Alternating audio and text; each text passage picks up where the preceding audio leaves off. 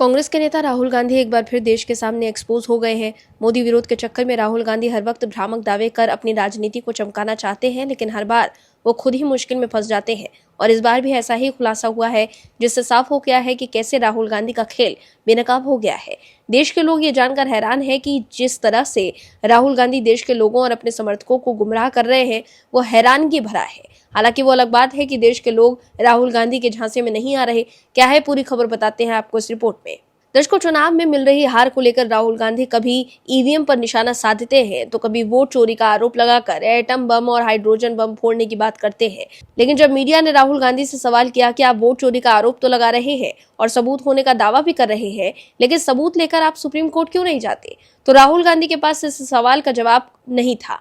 वहीं बीजेपी ने भी राहुल गांधी को सुप्रीम कोर्ट जाने का चैलेंज दे दिया, लेकिन फिर भी वो सुप्रीम कोर्ट नहीं गए और न ही उन्होंने चुनाव आयोग को हलफनामा दिया। वहीं बंगाल और असम के चुनाव में करारी हार के बाद भी राहुल गांधी ने वोट चोरी का आरोप लगाया था। हाल ही में 5 राज्यों में हुए चुनाव के नतीजों के बाद राहुल गांधी ने गंभीर आरोप लगाते हुए कहा था कि असम और पश्चिम बंगाल के विधानसभा चुनाव बीजेपी द्वारा चुनाव आयोग के सहयोग से चोरी किए गए हैं। राहुल ने दावा किया था कि ये कोई अलग घटना नहीं बल्कि एक अलग दोहराया जाने वाला पैटर्न है। राहुल गांधी ने सोशल मीडिया प्लेटफॉर्म एक्स पर पोस्ट करते हुए कहा था कि वो पश्चिम बंगाल की मुख्यमंत्री ममता बनर्जी के इस आरोप से सहमत है कि राज्य में 100 से ज्यादा सीटें छीन ली गई। उन्होंने कहा कि असम और बंगाल के चुनाव परिणाम लोकतांत्रिक प्रक्रिया पर गंभीर सवाल खड़े करते हैं। इसके अलावा अपने पोस्ट में राहुल गांधी ने आगे दावा किया कि यही स्थिति पहले भी कई चुनावों में देखी गई है।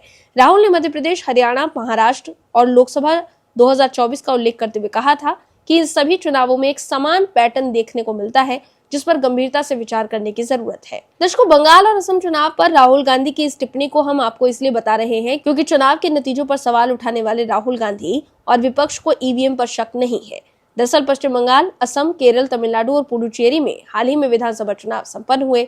इस बार इन 5 चुनावी राज्यों, केंद्र शासित प्रदेशों में 4 में ईवीएम मेमोरी चेक के लिए कोई आवेदन नहीं दिया गया। अधिकारियों ने पुष्टि की है कि पश्चिम बंगाल, असम, केरल और पुडुचेरी में ईवीएम मेमोरी चेकिंग और वेरिफिकेशन के लिए एक भी अर्जी दायर नहीं की गई है। वहीं तमिलनाडु एकमात्र ऐसा राज्य है जहां इस बार ईवीएम की बर्न मेमोरी की जांच की मांग की गई है और भारत निर्वाचन आयोग के पास ऐसे केवल 4 आवेदन ही दाखिल किए गए हैं। चुनावी प्रक्रिया को चुनौती देते हुए राज्य उच्च न्यायालयों में दायर चुनावी याचिकाओं की संख्या भी बहुत कम है। पश्चिम बंगाल की पूर्व मुख्यमंत्री ममता बनर्जी ने भवानीपुर निर्वाचन क्षेत्र में वोटों की गिनती की प्रक्रिया को लेकर एक याचिका दायर की है।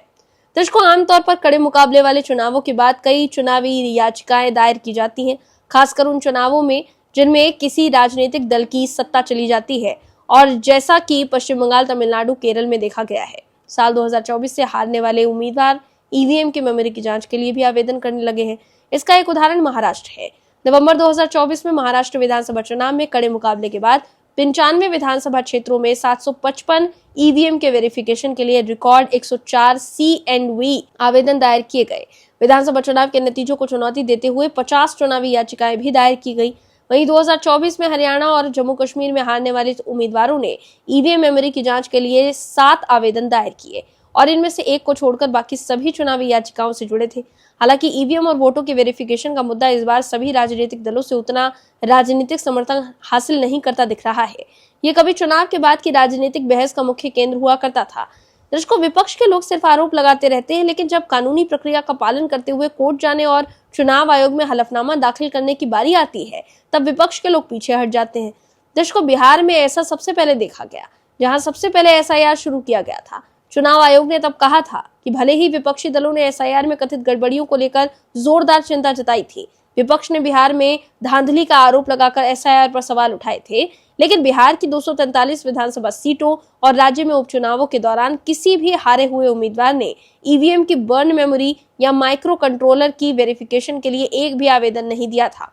ऐसे में आप दर्शक समझ सकते हैं कैसे हार के बाद विपक्ष के लोग सिर्फ अपने समर्थकों को बेवकूफ बनाने के लिए ईवीएम पर हमला बोलते हैं और चुनाव चोरी का आरोप लगाते हैं। क्योंकि अगर वाकई राहुल गांधी और विपक्ष के पास ईवीएम और चुनाव चोरी को लेकर सबूत होते, तो क्या वो सबूत लेकर अपने घर में बैठे होते या कोर्ट जाते?